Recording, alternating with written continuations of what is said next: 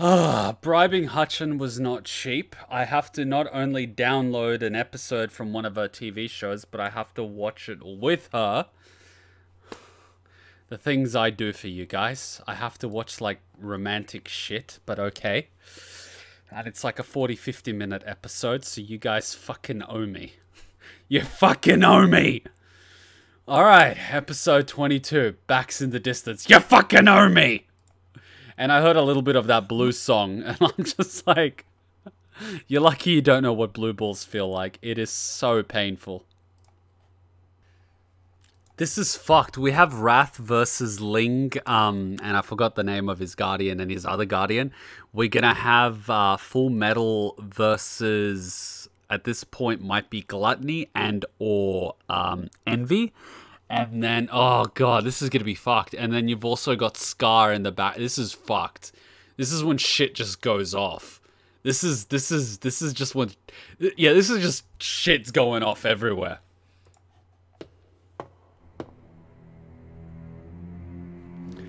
Scar had once again made an appearance in Central. Ed and Al worked together with Ling to draw the murderous Ishvalan's attention in an effort to lure out the homunculi.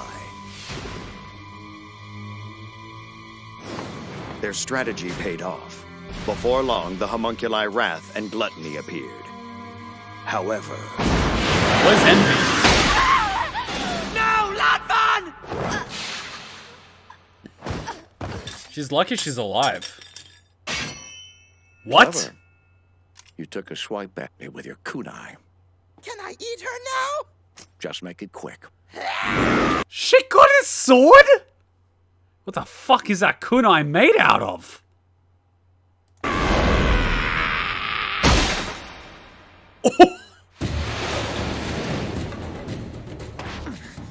Latvan, please stay with me! If you thought you could escape from me that easily, I'm afraid you'll find you're surely mistaken.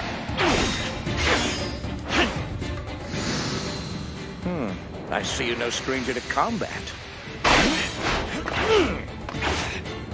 All this jumping around, he's trying to stay in my blind spot.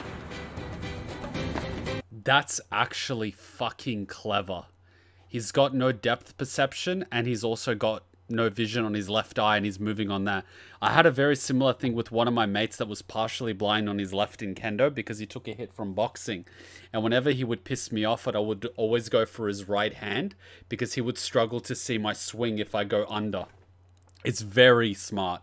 It's very advanced to think strategically on the fly like that, but that's the difference between experience and raw enthusiasm in combat. Gluttony!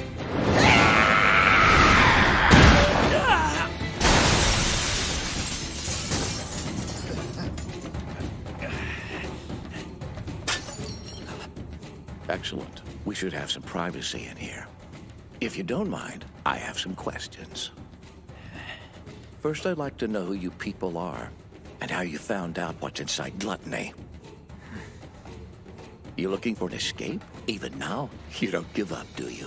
You might stand a fair chance of getting away if you'd only abandon the injured girl because she's just excess baggage at this point. Excess baggage? I can see all those stars on your uniform. You're the ruler here. Fuhrer King Bradley, unless I'm mistaken. A ruler's duty is to his people. Without them, he is no king at all. King Bradley, you're no true king. Not now or ever. Naive boy. Don't you understand that there are no true kings in this world? That ought to hold him. Judging by the draft, there's the exit. Nice try. But your flash bomb didn't succeed in blinding this eye.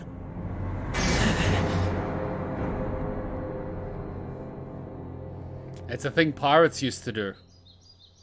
Winry, we won't be away too long. You be a good little girl, okay? Take care of things while we're gone.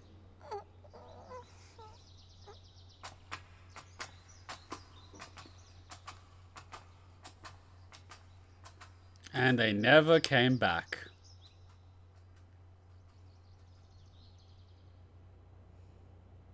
Winry? Tell me war is in Here hell. we are.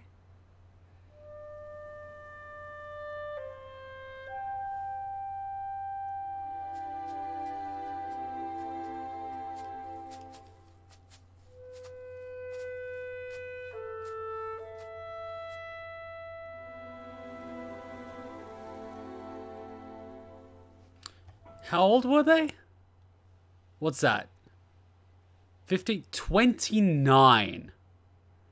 29.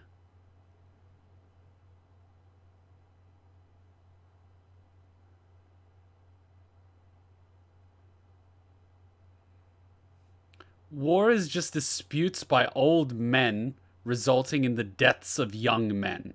And in this case, also young women. And throughout World War I, they talked of unused, what was it, manpower and shit. While old men sat in their chairs sipping tea, discussing politics, young people were dying in trenches. Not even of bullets, but sometimes of diseases. Fucking war is hell. Whoever says war is a good idea obviously has never seen one. Yet politicians are making decisions for other people to go off and fight their wars. I reckon they should be the first ones fucking drafted. Oh, you think war's a good idea? Well then, front lines.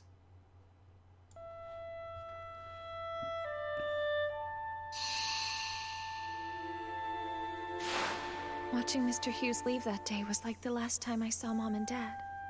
Just their backs as they walked away. You'll come and visit once in a while, won't you? After all, we wouldn't want him to get lonesome here. Yes, of course I will.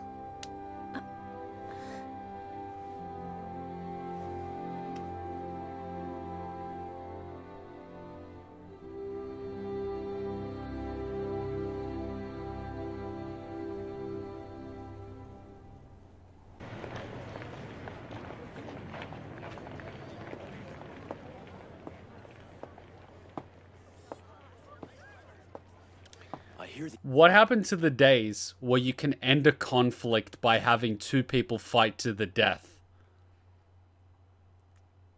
What happened? Because the people ruling became fat slobs that would sit behind their high walls while young men and women literally died on the front lines. I think we should bring that back. Oh, you think war's a good idea? You think war's a good idea? Well, that's great. You two should just fight to the death, and the winner wins. Oh, you don't want to die? Well then, I guess maybe we shouldn't have a fucking war then. The Elrics are wreaking havoc. What, again? The MPs have been running around like crazy. They're in another fight? Good grief. It seems they're after that guy who's been killing off state alchemists. Seriously? They haven't caught him yet? What is the military waiting for? I mean, we could have seriously, like, avoided World War II if we just let... Wait, who was fighting who at that point? I mean, at some fucking point, it was Hitler fighting literally everyone. And then America got involved when Japan bombed America. And then Hitler got Russia involved by invading Russia. But prior to that, Hitler was just literally wreaking havoc throughout the surrounding nations around Germany. I mean, things would have been a lot simpler if we just let Stalin and Hitler duke it out. I'd put my money on Stalin. Seriously. Stalin would have beat Hitler's ass. He wasn't called a man of steel for nothing. He used to be, like, lead enforcer for, what was his name? Was it Marx? No, Lenin. I want to see that as a boxing match. Fuck boxing matches. Boxers don't know how to use their legs. No, not again, please. I want a proper fight to the death.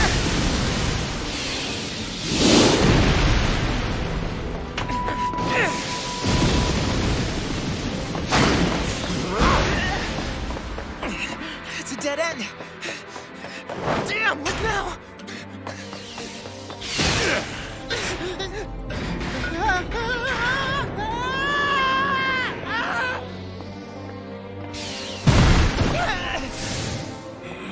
Nice one, brother! Appreciated! We need to get out of here now! Permission to fire? Not yet. Why the hell not? I think the likelihood of them landing a killing shot is pretty low. They'd probably graze him. Putin? Oh, you mean the guy that's a 9th degree black belt in judo and an 8th degree black belt in karate and was in the KGB all of his life? I wonder if that guy knows how to fight.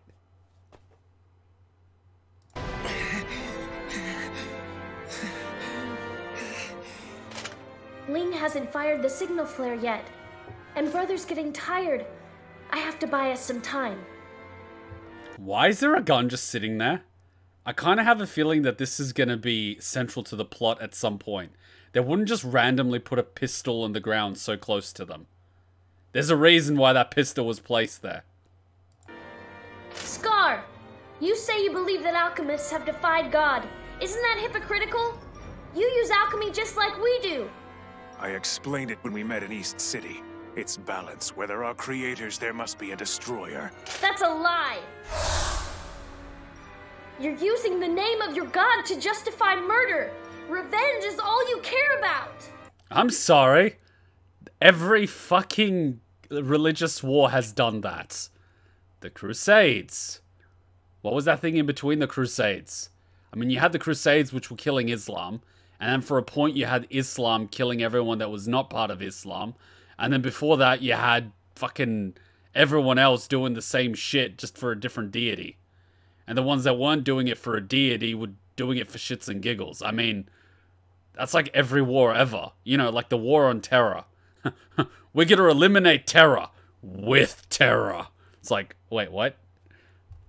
Or like, we're going to invade, I don't know, Iraq to get rid of their nuclear weapons, even though they don't have nuclear weapons, by bombing them. But we're going to eliminate terrorism by creating ISIS, which is, you know, what the US literally did. Like how they created Al-Qaeda to fight the Russians. And then they created a problem with Al-Qaeda, so they had to invade it back again. And so they created ISIS to fight Al-Qaeda. And now they're fighting ISIS. It's like fucking hell. Like, you just keep creating new enemies. And then by bombing civilian targets, you've effectively created a generation of people that want revenge. Thus creating a new wave of enemies in the next generation. Like, people are fucking stupid. I say we need to give people the opportunity to just duke it out to the death and it'd be done. You don't like this leader? Fight it to the death. Either way, the problem is solved. When you killed Shao Tucker and Nina, I suppose you believe you were doing God's work then too! Interesting. You two saw that abomination as well, did you? Alchemy created that tragic creature. So, that's the science you would spend your lives following? Look at your brother! He's the result of messing around with somebody's life! I fucking know that voice.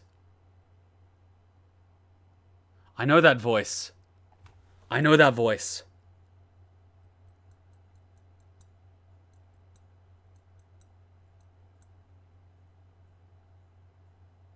I've heard that voice in more than one anime.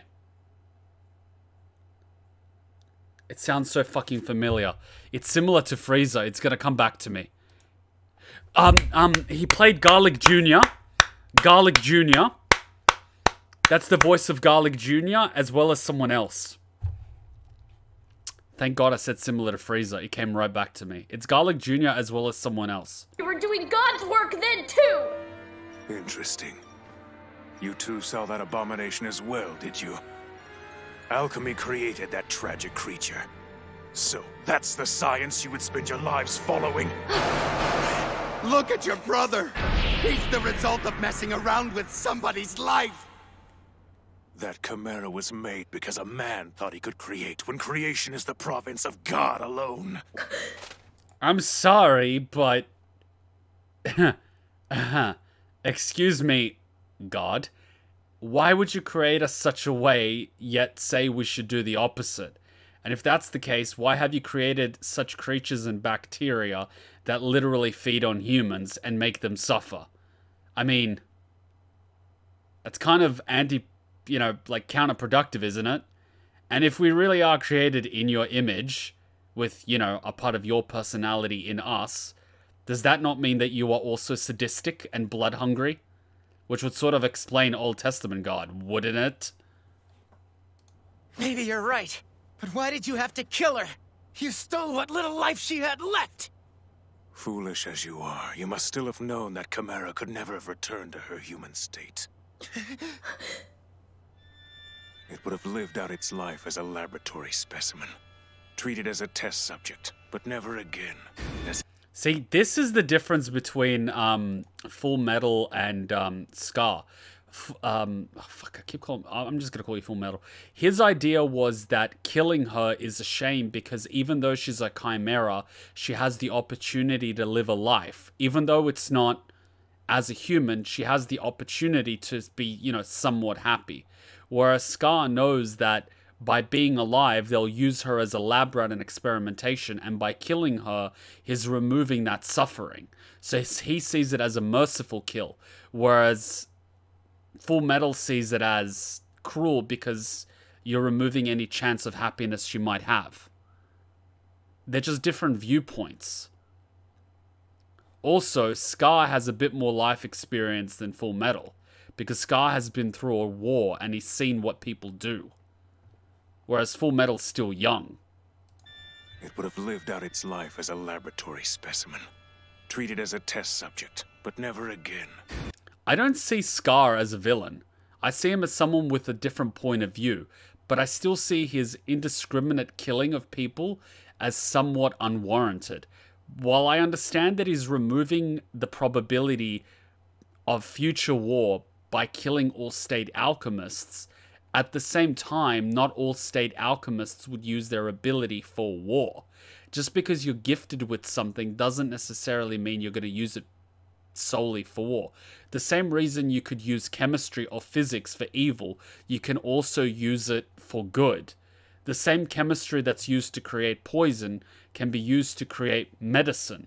The same physics that are used to create machines of war can also be used to create machines of, harvesting potatoes in fields and planting and all this sort of shit. So it really depends on the application of your knowledge rather than the knowledge itself.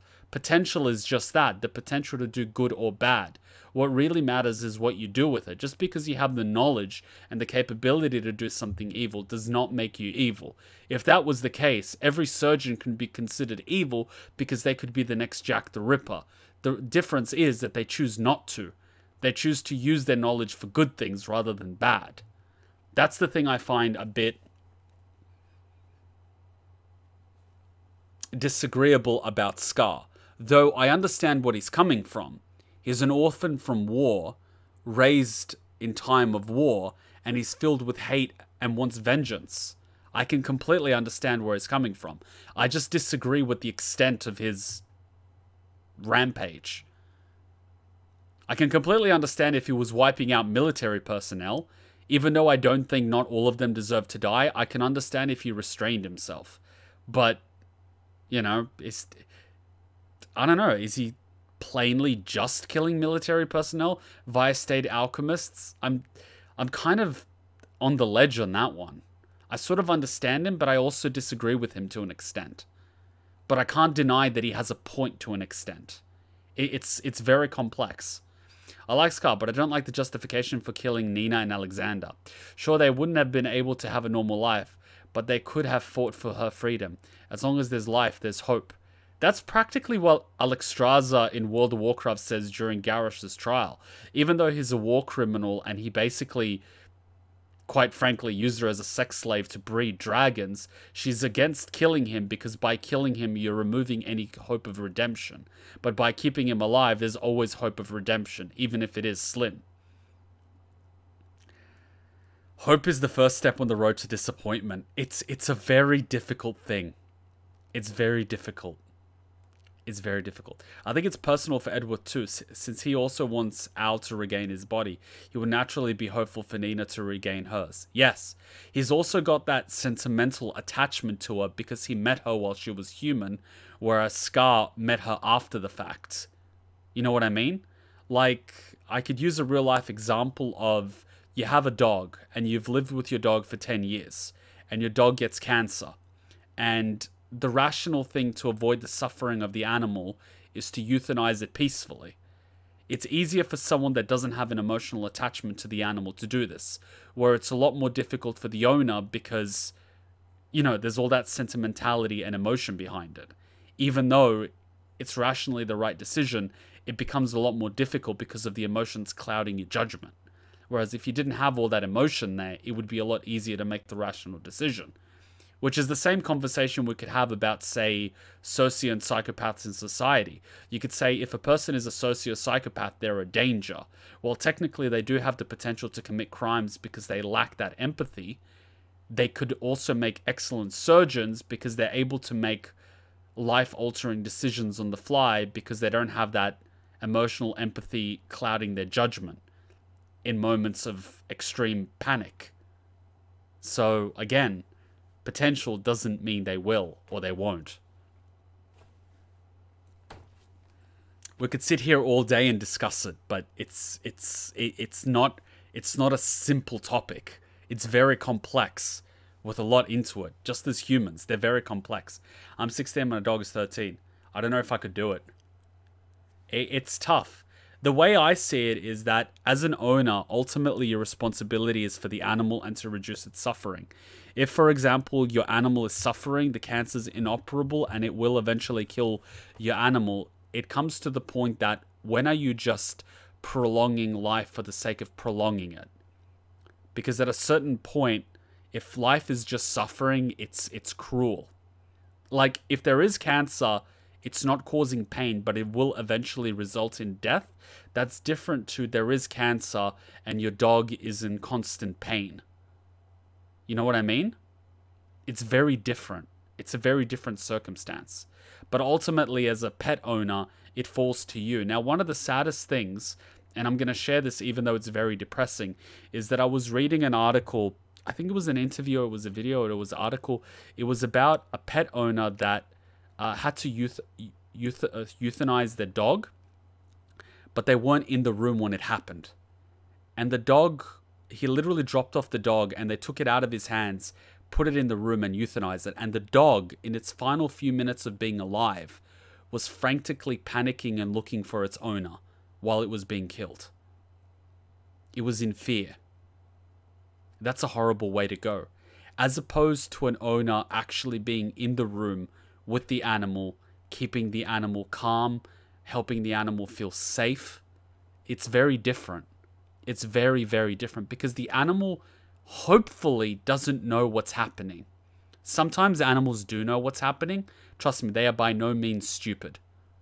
I've known a cat, and she was an indoor cat, not very friendly. She would only be friendly with its owner.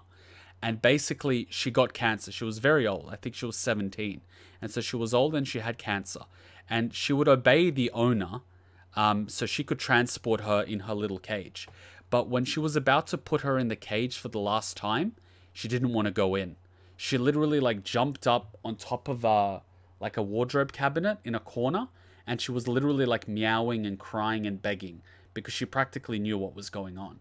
She knew that her time would come. And cats typically hide when they're about to pass away. They know. They usually hide and just pass away by themselves. That's why some cats go missing on purpose. They literally know their time is about to come and they run away. But she basically knew. So some animals know. But at the same time, as a pet owner, it's your responsibility to ensure their passing is, one, as painless as possible, and two, as gentle as possible. Yeah, it's difficult for you as a pet owner. I'm actually tearing up a little bit. It's difficult for you as a pet owner to be in the room, but that's a very selfish decision that you're making to spare yourself that little bit of pain, but make the animal suffer as a result. That's very selfish. It's not easy But ultimately, it's your responsibility.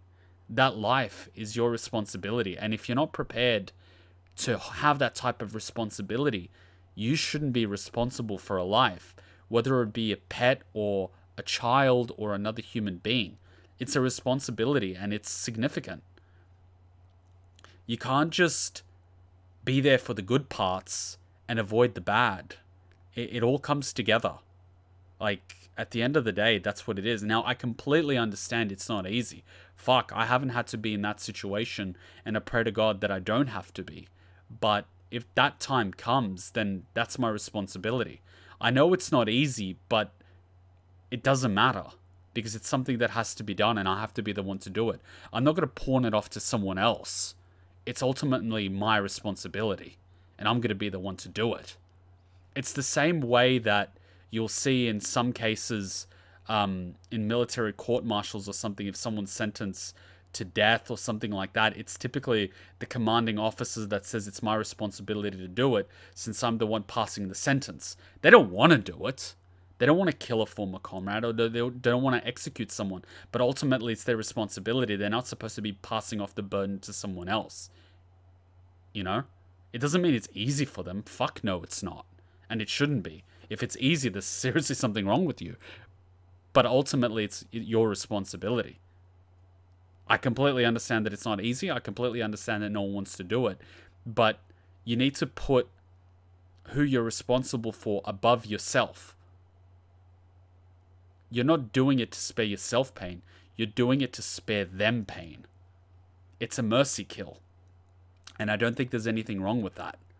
The way I see it, and this is one thing that I don't like about religion, is that they're so black and white about death. And I say, and my whole belief system is, you have to be able to justify every action that you take.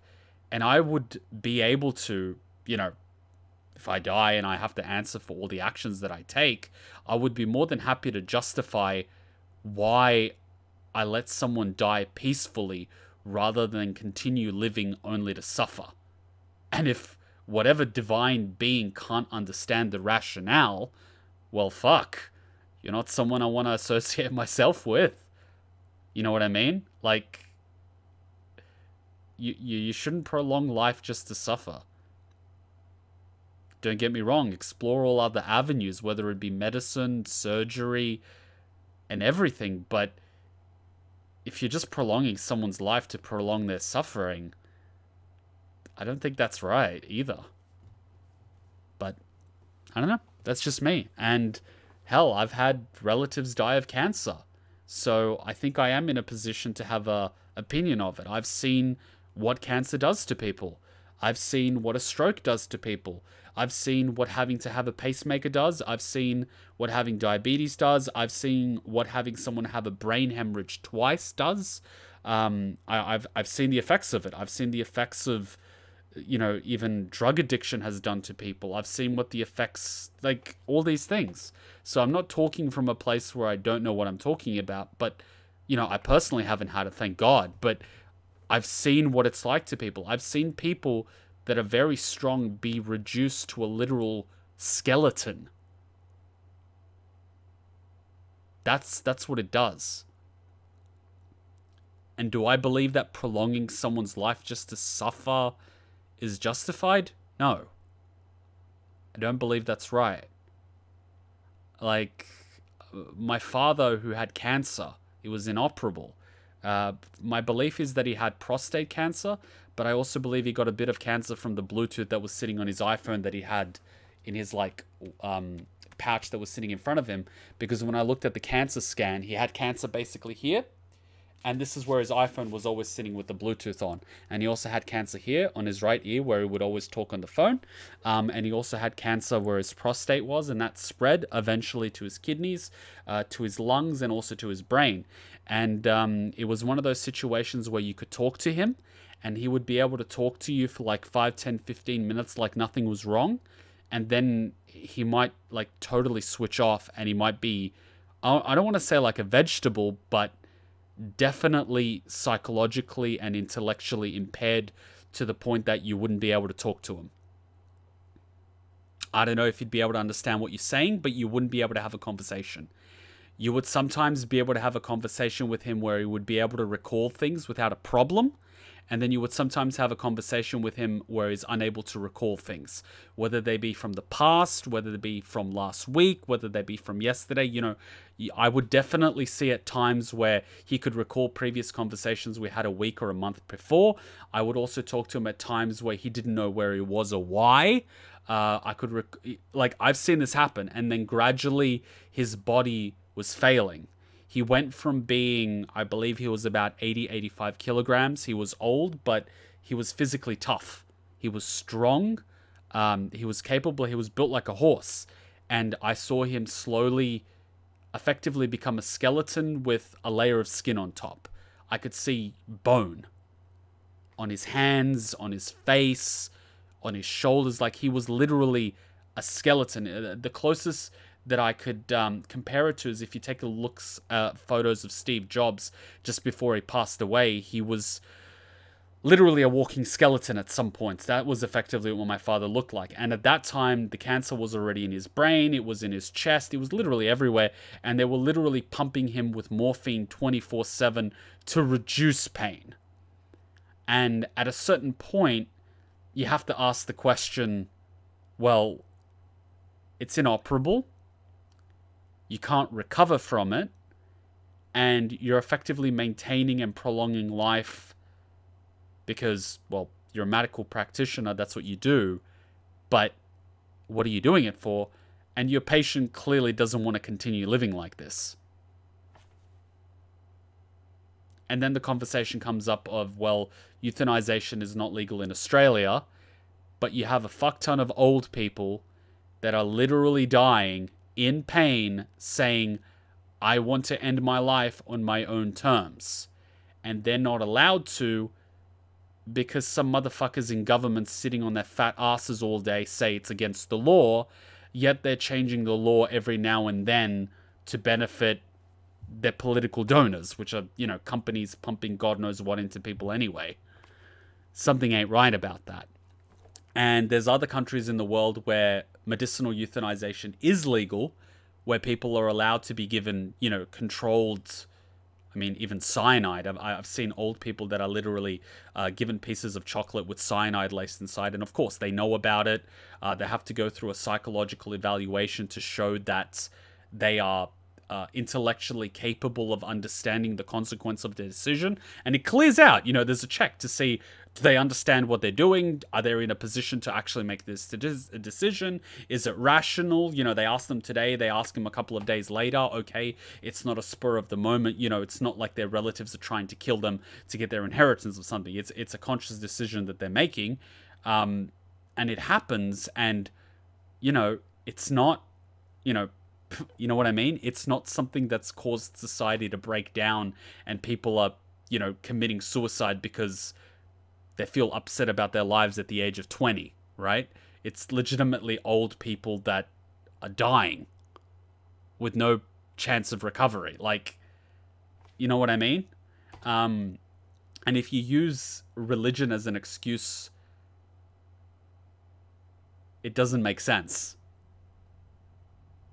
I'd rather not justify why I kept someone alive who wants to die on their own terms peacefully, as opposed to continue their suffering to a divine being, than I would explaining to a divine being why I assisted someone suffering to pass away peacefully.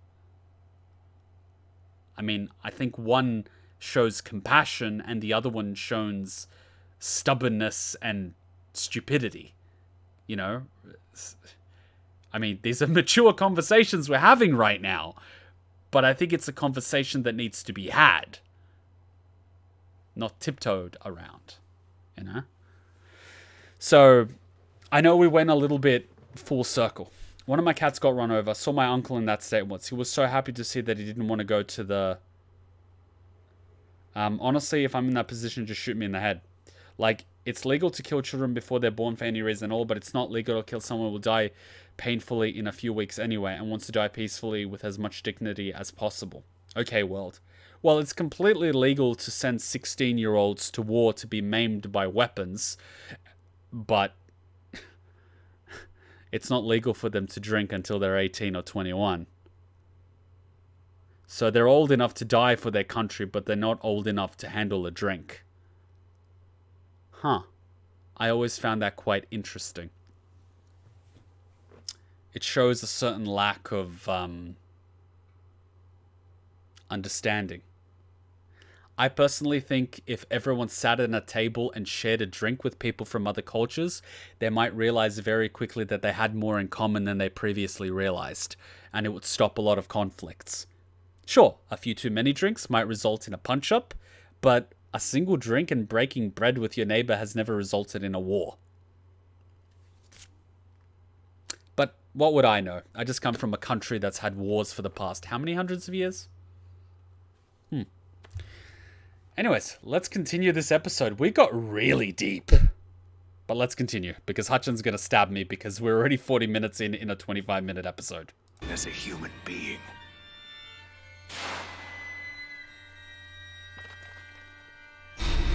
He's right. Even then, we knew that Nina would be sent off to live in a laboratory. We knew full well what would happen to her. We didn't want to think about it. We knew there was no hope.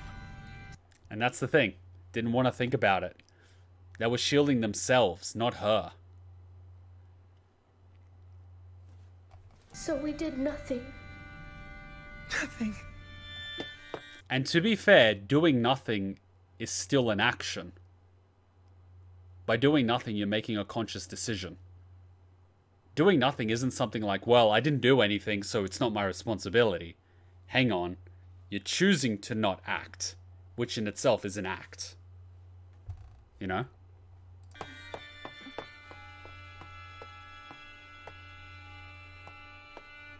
Please don't get involved. Oof, they got smacked. Oh god, that fucking gun! Oh, fuck. Oh, fuck.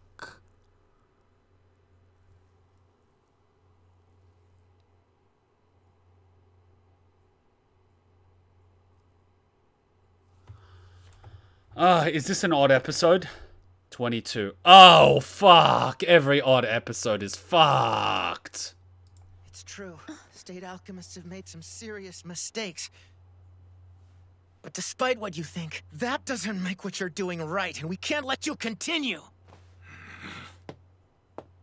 You're so self-righteous. But do you remember two Amestrian doctors named Rockbell? Oh, that's one way to find out. The Order came down to end the uprising and exterminate Ishval, but that didn't stop them. They kept right on helping your people. Wait, brother! Don't you remember them?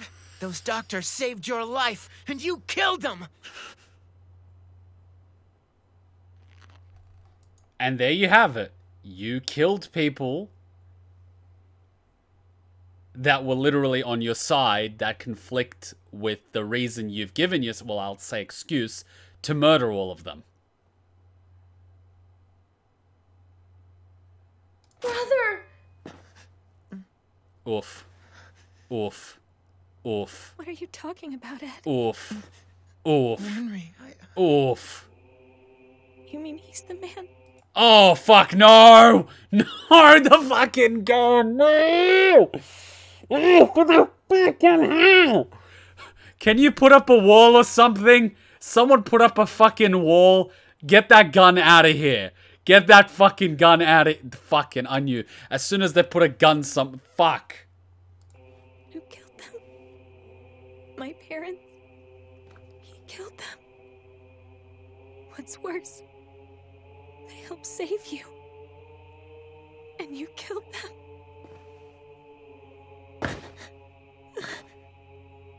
Why did you? They were my mom and dad. What did they ever do to you? They were doctors. They helped people. They didn't deserve to die. Give them back! Give me back my mom and dad, you monster! Don't do it. Don't fucking... Just put a wall! Fucking put a wall! No! No! Winry, hold on. Don't do it! You can't. Don't do this. Winry! Fucking wall it! Do it! Push her away! Kick her! I don't care! I know the animosity you feel, but your vengeance will only sow the seeds of further violence. What you're doing is senseless revenge, and it's feeding a fruitless cycle of death. You must end this cycle once and for all. Full Metal Alchemist. God damn it! Full Metal Alchemist. God damn it! This girl is the doctor's daughter. You have the right. Shooting me would be justified.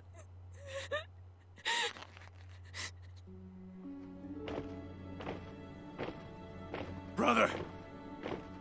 Brother!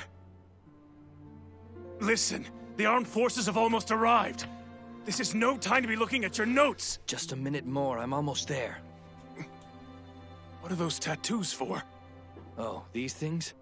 The basis of alchemy is understanding, deconstruction, and reconstruction.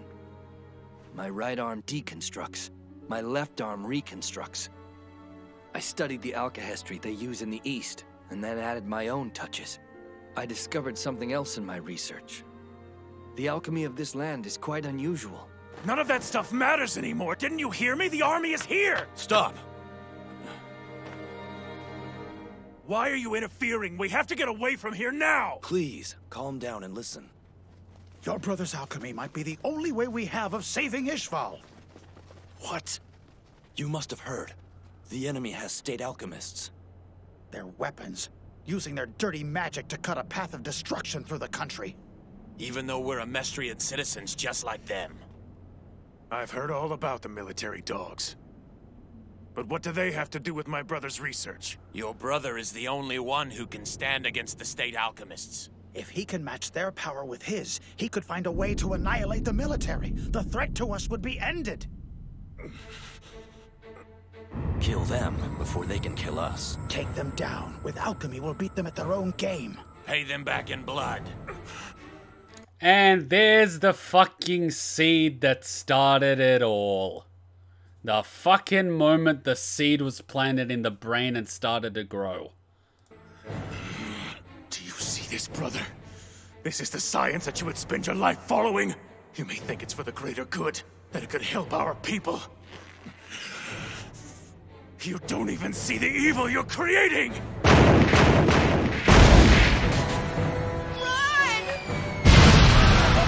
We basically got World 1.5 tech.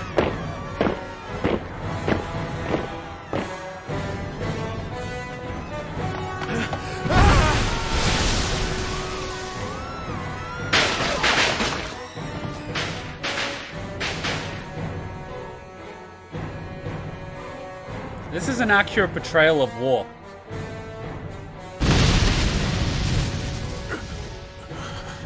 So this is your alchemy, brother?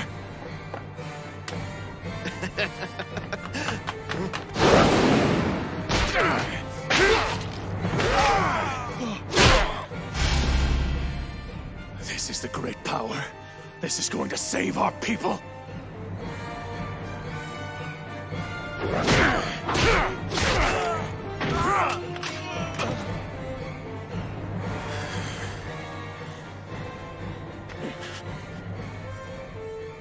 This science causes nothing but destruction and slaughter.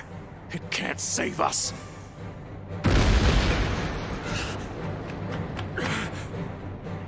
Oh no!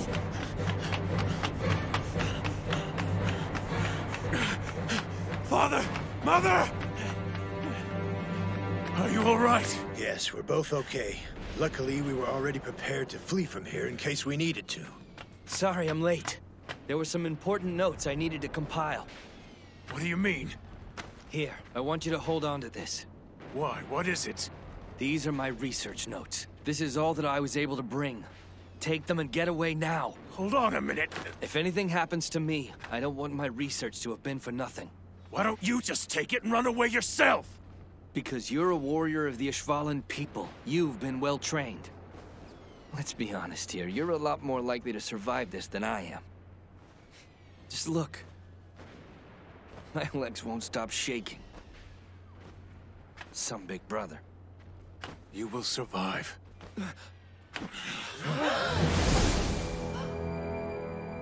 Ah, great. Is that a soldier? Wrath?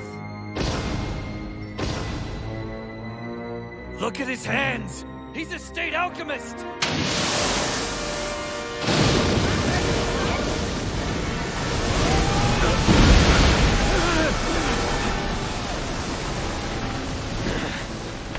Get back!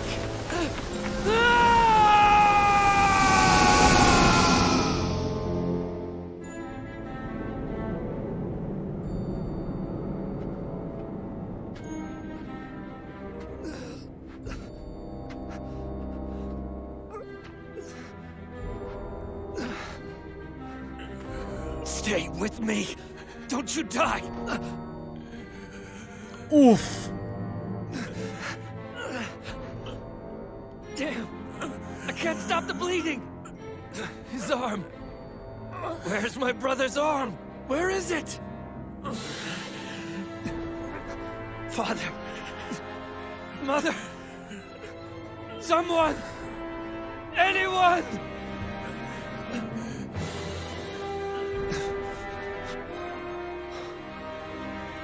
Oh. Don't die. I won't let you. Oh, that's where he got the arm. I have to keep fighting. Let me go back out there. No, you're staying right where you are. That's right. We didn't treat you just to let you die. Doctor, you and your wife should get out of here. Young man, we're not going anywhere. You want to know what's fucked? This is actually very accurate, but if you think this is what happens during the World Wars, you're wrong. This is very similar to what happened in Yugoslavia when the US was bombing it in the 90s when Clinton was president. And not only did they stop at bombing civilian targets, but they also bombed the community centers where civilians were hiding.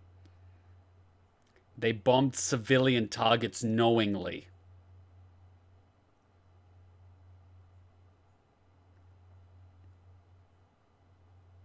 You've got rules of engagement under the Geneva Convention being that 1, civilian targets are not to be harmed.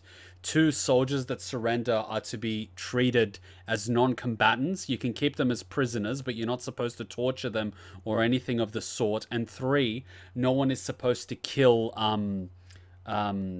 medics. So in war, medics that are not armed are not allowed to be harmed. So if you're basically driving an ambulance, or you have a medical ship without armed soldiers, or you're a medic in the field, they're not supposed to be harmed. Harming an unarmed medic is a war crime. That's why a lot of medics in the military don't actually have firearms. You're not supposed to harm them. And if you end up capturing a medic from the other side, you can technically tell them to go into your hospital and actually start treating patients, because you're not supposed to harm them. But what you actually get in war is civilians being specifically targeted to force the hand of the other side, because civilian targets are easier to hit. Yeah, that happened in the 90s. Yeah, President Clinton committed war crimes. And if you think he didn't know about it, on the day of the Columbine massacre, which was the first school shooting, he directly ordered that they doubled the amount of bombs that were being dropped that day. The President of the United States ordered that they double the amount of bombs being dropped the day a school shooting happened.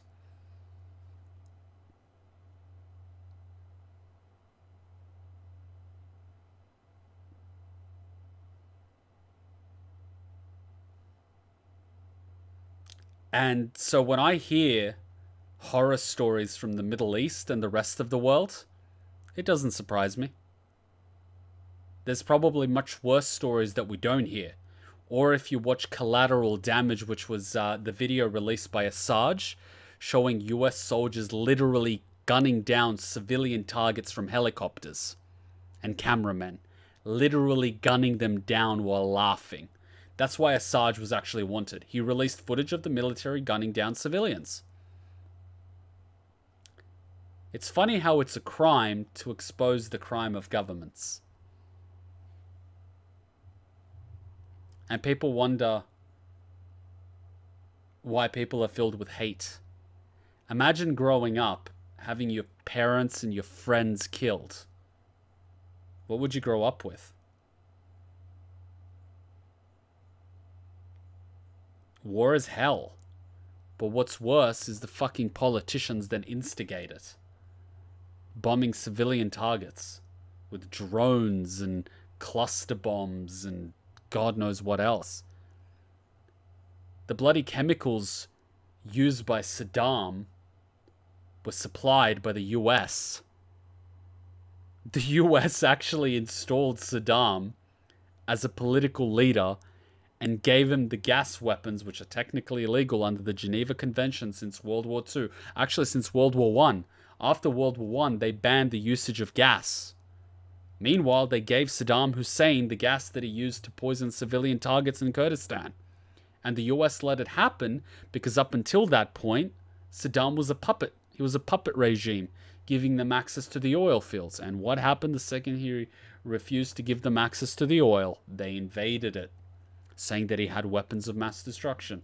And when that was proved to be a lie, what did they do? They dropped 2 towers. Even though a month prior, in a Pentagon meeting, there was a suggestion that they should do a false flag attack in order to enter the war. And jokingly, one of the chiefs of staff says, what if we drop 2 towers? And you know what people did in that meeting? They fucking laughed. 2 days later, an insurance policy was taken out for the 2 towers to include terrorism. And a month later, they were dropped. An insurance policy was taken out the next day to include terrorism. A fucking insurance policy. And major political figures that used to have breakfast in the 2 towers decided not to have breakfast that day. And major CEO and corporate executives that usually work in those towers decided not to show up to work.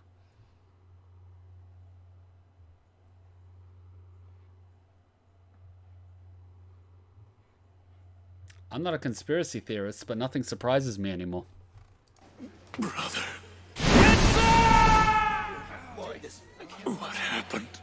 Why did you protect me? Brother. Anyone who can move on their own, go now. He's awake. Don't move or you'll open up your wounds. Come here. Dear, come here. You aren't well enough to move around on your own yet. Somebody, get a cart. Take this man with you. He needs help. Brother's tattoos. You're alive. Brother, you've made it.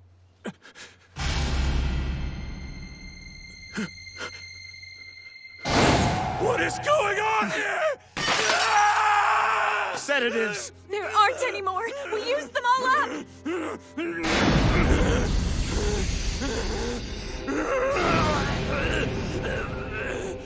State alchemists, Amestrians, you will pay.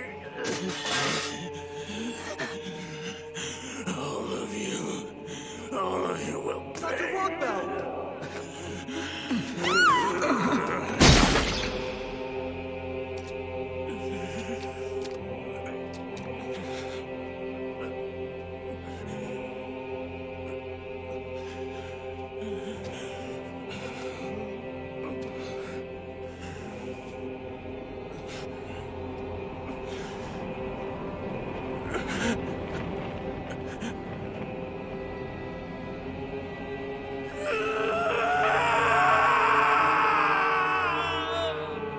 Now, in Scar's defense, he was in shock when he killed her parents. I mean, that is the definition of temporary insanity. He was filled with so much adrenaline and fight or flight that, you know, his natural response was to kill his enemy. You could see it in the flashbacks. He saw their eyes and all he could think of was the enemy combatants he'd be killing all day. You can't hold it against him for, you know, having the instinct to just kill them, considering he'd been killing them all day and they've been killing his people. I can't fault him for that. It's unfortunate, but It's a set of circumstances which are unfortunate. There are another pair of casualties of war. It's a shame they died, and it's no doubt that countless other lives were lost because they weren't there to help. But unfortunately, there were casualties of war.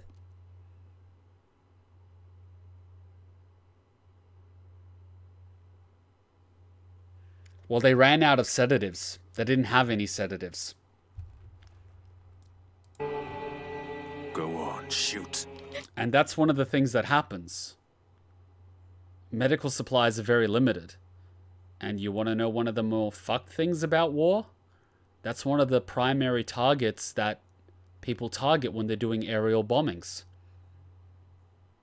Chemical plants. They also produce medicine. Morphine.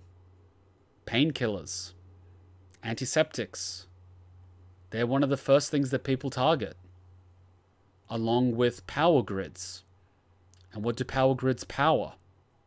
Surgical equipment. Lights. Refrigerators that keep food. If you think civilians aren't targets in war, you clearly have not seen war. That's the one thing that ticks me off about Western politics. Politicians that have never seen the horrors talk about it like it's some natural thing. And it's so easily thrown around. Fuck off. Don't do it, Winry. Put down the gun! You know you don't want to do this! Winry! Shoot, girl. But no, the moment you pull the trigger, there's no going back. You will be my enemy. Scar! If you think I'll let you hurt one hair on her head! Will you kill me? That'd be fine with me. Until one of us dies, boy, this chain of hatred will continue. But don't ever forget it was the Amestrians who first pulled the trigger during the Civil War. It was your people! Winry, don't shoot! Just put the gun down and get out of here! Winry! If you can't shoot, then do as the boy told you. You're in my way! Don't shoot!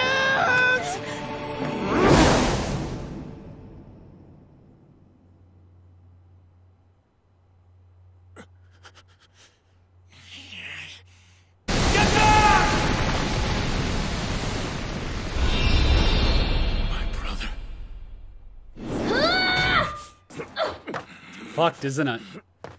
He's become the very thing that he's hated. War is cyclical. But what's also fucked up is people can never escape war once they come back. There are countless people that re-enlist because they can't return back to normal society. And there's absolutely no systems in place to deal with it. Veterans are treated like disposable tools. The amount of homeless veterans outside is through the roof. They can't integrate back into normal society. And what happens to them when they can't re-enlist?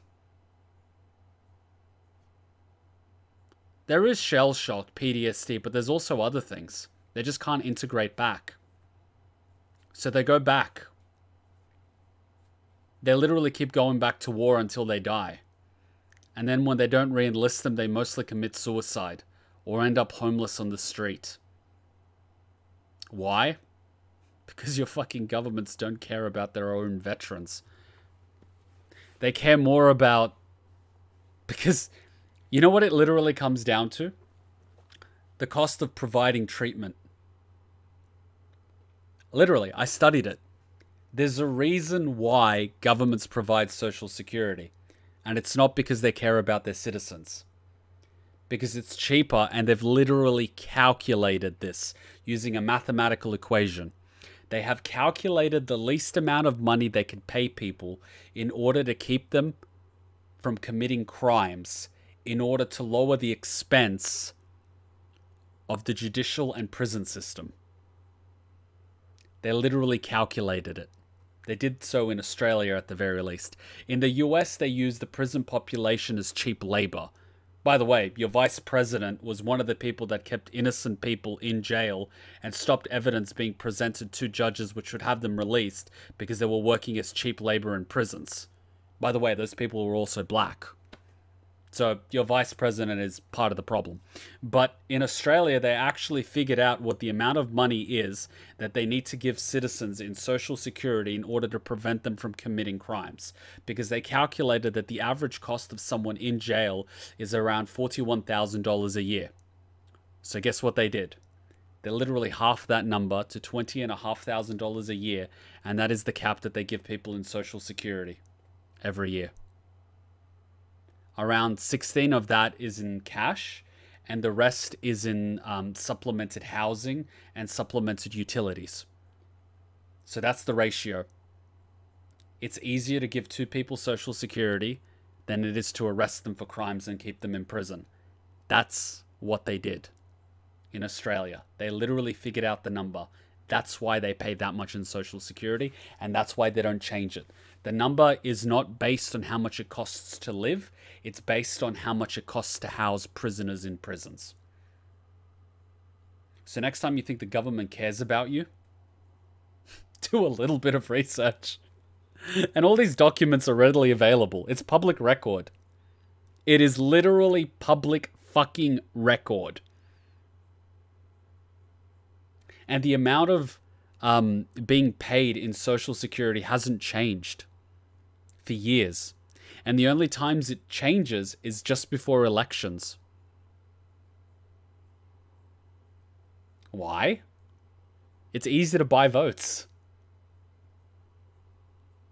It keeps people complacent. It keeps people from getting up. They're comfortable just enough to keep seated because they fear of losing what they have if they get up. People are blindly obedient due to fear and complacency because they know it could always be worse. It's the same reason why the education system is only getting worse. Opportunities are only getting smaller.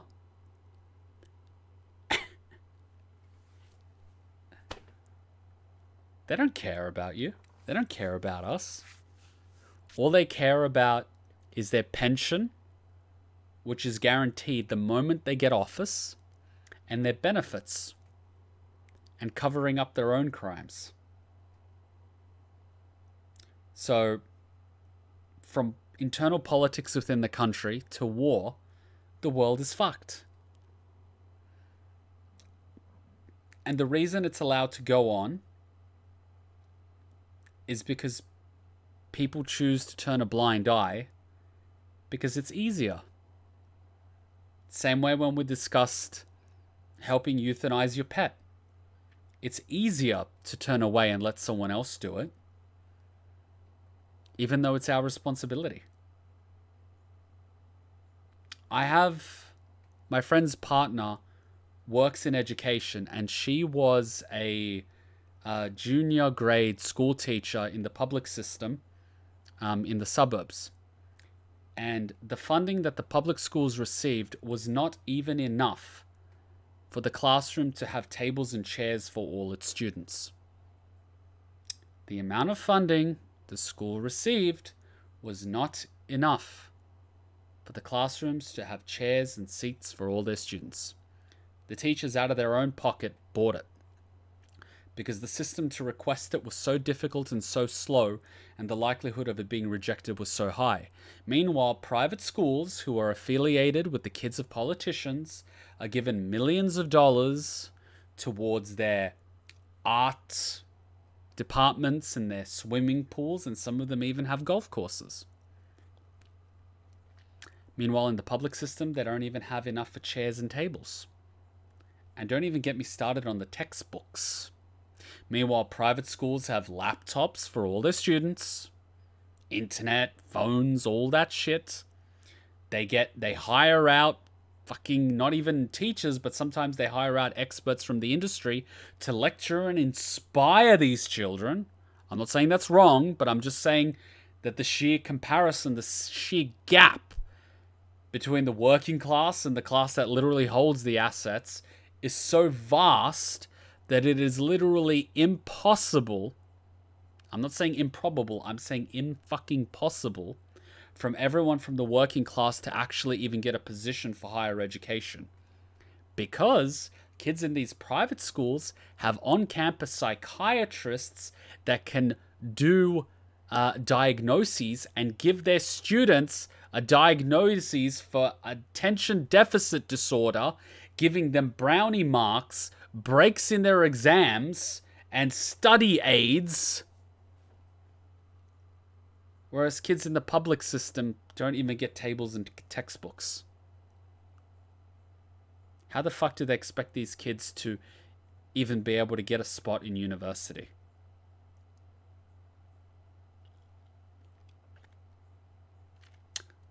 Because the truth is they don't. They never did. Will you see any of this on the news? Fuck no! Because it's not part of the mainstream narrative.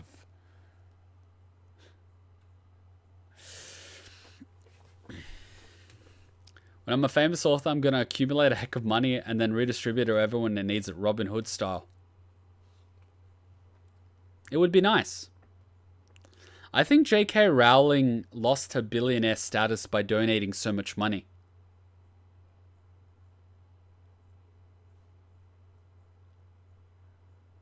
But I think that was only a headline like once. For like a single day. You know what I mean? Meanwhile, when they had the Panama Papers, you know all those actors that have accounts in Panama? Including what was her name from Harry Potter. You know the one that keeps talking about how everyone should pay...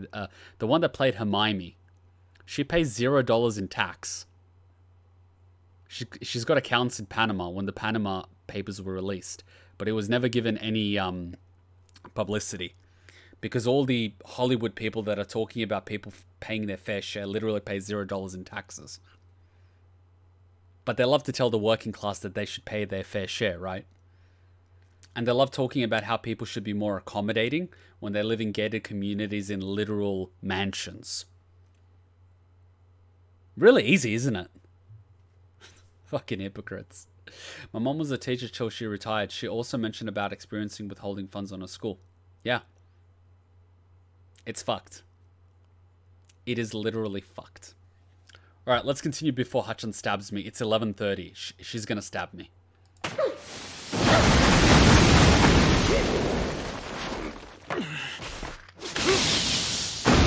Oh god, that was a cat! Ed, you idiot! What are you doing? Both of you will get killed! Hurry and get Winry somewhere safe!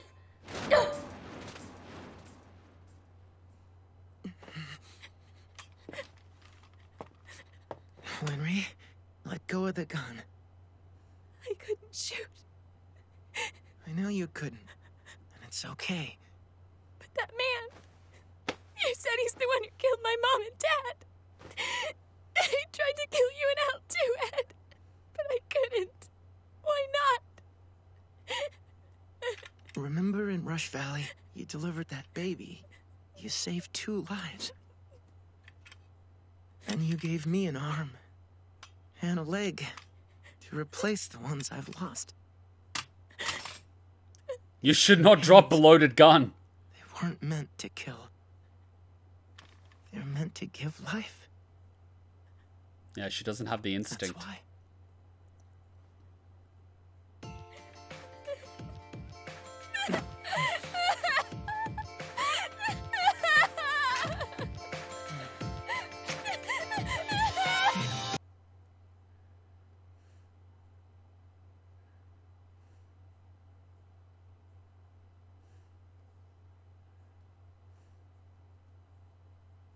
Fuck, that episode hit hard.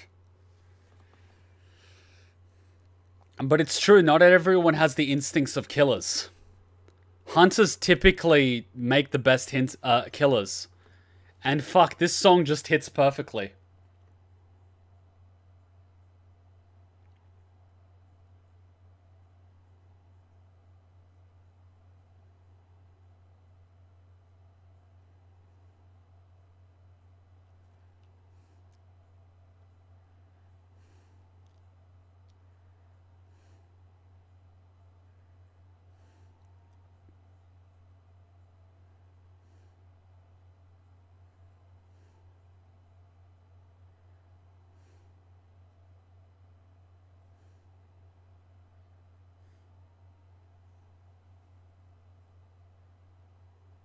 Fuck. This song does hit so differently.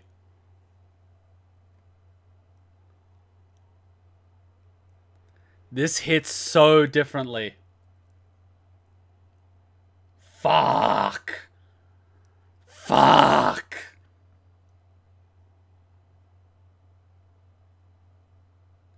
Fuck. What happens when someone must give something up in order to protect it? Will his resolve falter? Will he crumble beneath the weight of sacrifice?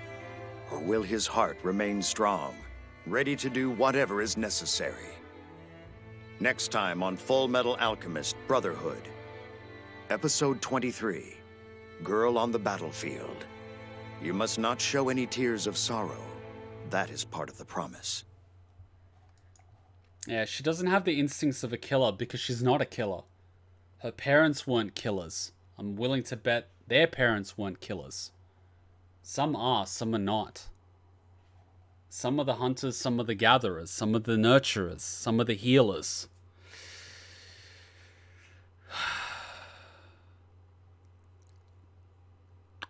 There's a saying, never underestimate an old person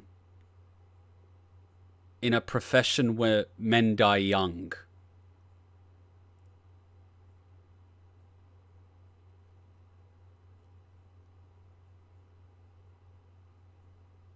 I met one such person who was actually my grandfather's blood brother. And I told you guys snippets of the story. He's basically the person that brought my grandfather home. They were basically 14. They were given rifles and sent to war. And he ended up dragging my grandfather back. He had to amputate his leg. I don't know what the go with the amputated leg was. I don't know whether it was blown off or barbed wire or God knows what else it was, whether it was injury or poison, but he had to amputate his leg and he actually dragged him back home. But I also know for a fact that he had to kill countless other combatants in order to keep them both alive. And this guy was, he was something else. He had a reputation for, in the village, he used to basically, when he returned back to the war, go to that part of town where all the dangerous people drink. And he used to go there every night to drink and basically fight them. Every night he would go and fight. And this is where people would get stabbed. And he would just go with a single knife and he would never have a scratch on him. And he was also the one that they basically called every time they needed to, like, kill the little lambs and the pigs. Reason being, a little piglet, when you separate it from the rest of the pigs, it starts crying. And it cries like a child. Literally, if you were to close your eyes, it sounds like a crying child. And he's pretty much one of the only ones in the area that can just slit its throat without any hesitation. And he's also the one that actually kept us alive when the war was going on over there as well. He is absolutely ruthless. Absolutely ruthless. He was also the one that taught me how to shoot when I was a kid. He also taught his grandkids how to shoot. His kids, fortunately, never had to be combatants. They married off and live in the Emirates. But he taught, you know, his grandkids, and he also taught me how to shoot as well. And I remember years later going back to meet him. And this was like, this would have been 7-8 years ago, last time I went. And I basically revealed to him that I saw what sort of happened, you know, while everyone was looking away. And he gave me this glare. And I basically told him I still remember everything that he told me about shooting, and I've been training in martial arts and everything since. But I wanted him to explain to me how to kill. Not the technique fucking easy, but I mean that mental fortitude required to kill. How did he get that instinct? And he basically just said words in effect of, pray you never have to.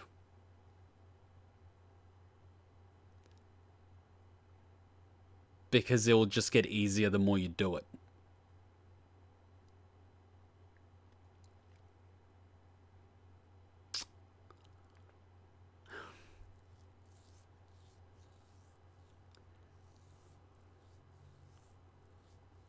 War is definitely hell because they gave a bunch of 14-year-old kids guns And there were kids at this point. 14 is a kid, you know, like fucking, I'm not old, but I consider someone that's 14 a kid. And they sent them off to kill other kids. And the ones that survived came back killers. They weren't kids anymore. The kids died. The ones that came back were killers. There's no going back after that. What the fuck are you supposed to do after that? Pretend it didn't happen? There's no comparison. You know, there's like this. What the fuck are you supposed to say? What the fuck are you supposed to do? He probably still has nightmares to this very day about it. He like, there's nothing you can do after that. And that's the type of shit that war produces. And it keeps going on and on. And foolishly, the people that actually end up resulting these things have never had to go through such a traumatic experience. I have yet to meet a single person that has been in war say that they think war is a good idea. Not a single fucking one. Not a single one. And I've spoken to soldiers and people that have been in war from multiple countries. I've spoken to people that were in the Iranian military. I've spoken to people in the Australian military. I've spoken to people in the Australian Special Forces that have been in missions, that have had to, you know, amputate limbs of their own comrades to get them out of there. It's like people in Europe. I've got a relative, a distant second or third relative that's in the French Legion. Like, I've spoken to a lot of people, and not one has ever thought that war is a good fucking idea. Not a single one. All of them think it should be avoided at all fucking cost.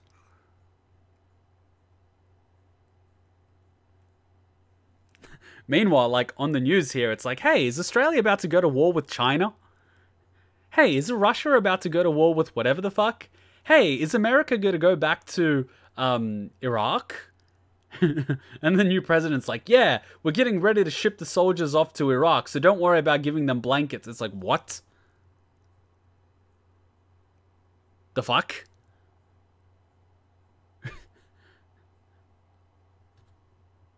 Korean politicians sending people to war. Are you fucking kidding me? Beware of an old man in a profession where men usually die young. Old warriors did not get old by accident. They got old by being wise, having the right knowledge, and being tough.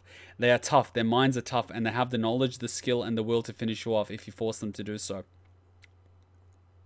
In peace, sons bury their fathers. In war, fathers bury their sons. It's fucking accurate. It's fucking accurate. I remember there's photos if you look at like World War 1 and 2, because World War 1 and 2 were horrible, especially World War 2. And you've got photos of literal nuns and grandmothers carrying rifles outside their homes to protect their kids. And by kids, I mean children that are under the age of 10, because practically everyone that could actually hold a rifle was sent to war at some time. What about war crimes? We've already discussed that history is written by the victor. Don't you know that the victor could never commit war crimes? Don't you know that the US pardoned all the German scientists that did human experimentation in exchange for their cooperation and sharing knowledge? Don't you know that the Americans pardoned all the Japanese people that were doing experimentations on Chinese civilians in exchange for their knowledge? And by experimentations, I mean implanting people with diseases and seeing what would happen in extreme conditions like hypothermia and sunburning and all these other things. Oh yeah, the worst of the worst got away with it. Because their knowledge was deemed valuable. You know, in case another war broke out, alright? Unit 731, that's the one.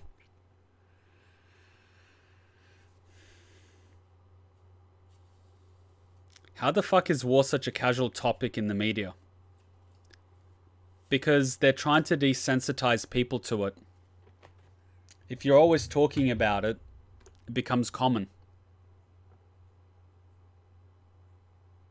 It's sad. It's literally sad.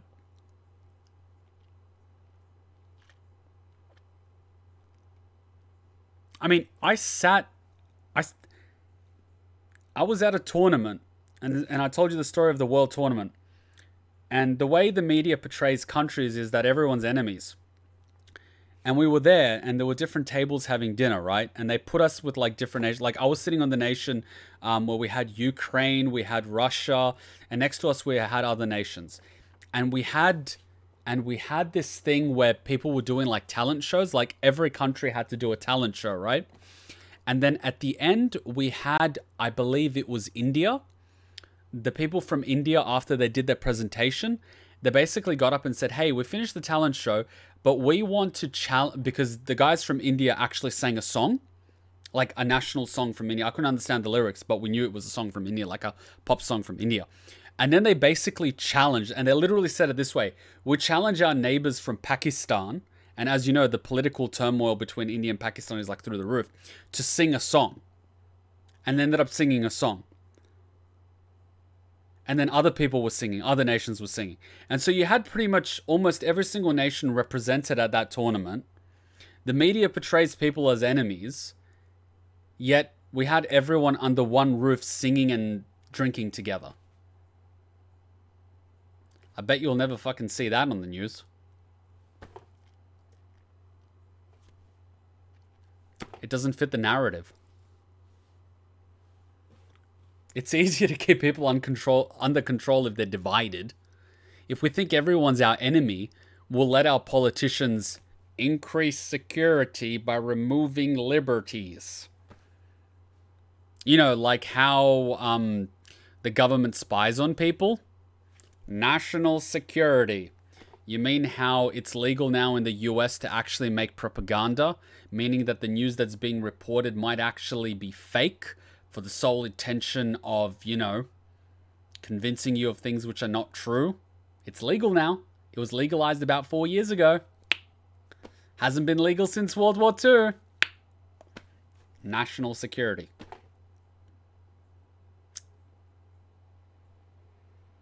How is that even legal, though? Well, Obama made it legal through an executive act. He made it legal. That was one of his executive orders, making propaganda legal in the US. Have you guys actually read the executive orders the US presidents made during their terms? I highly recommend it. How about the George Bush one, the Patriot Act? It has a striking resemblance to the Enablement Act of Germany in 1938 after the Reichstag fire. Or how the declassification of the documents concerning JFK keep getting pushed back. Why do the documents concerning JFK keep getting pushed back? What is it in there that the government doesn't want the common population knowing? Is it maybe that the JFK actually refused a suggestion by the CIA to bomb civilian targets during the war with Cuba in order to blame the Cubans? Because that actually happened. They recommended bombing American citizens to spark a war with Cuba by blaming it on them. And JFK said, fuck off, you're not doing that, and demoted the person in charge. 1 month later, he got a bullet through the head. You know, from a window that didn't actually have sight of the road where he got shot. But what do I know about using a rifle?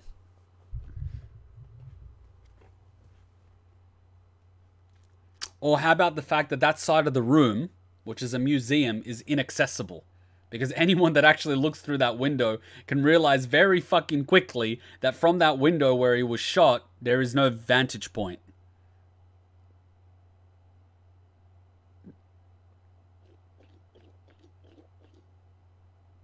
Truth is the first casualty in war? Oh yeah. Well, wait, what was that thing that Snowden said? When tyranny is the norm, speaking truth becomes a revolutionary act.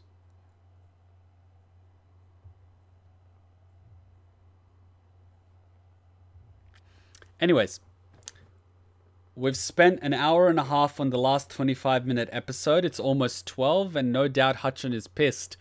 So I am gonna go remedy the situation by driving to get takeout at midnight, and yeah. Hutchon's wrath is something to be not underestimated. So thank you for coming. I'm gonna go deal with that. You guys fucking owe me. You guys fucking owe me. You remember, I don't know if the KFC is open at midnight. I'm gonna go quell the beast that is Hutchon, who's been sitting in there waiting for an extra hour. Wish me luck.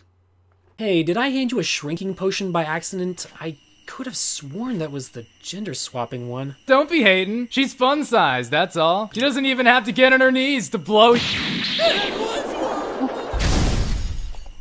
You want to add anything to that conversation? Nope, I'm good. In fact, I think your new size makes you an even more formidable and stealthy ninja.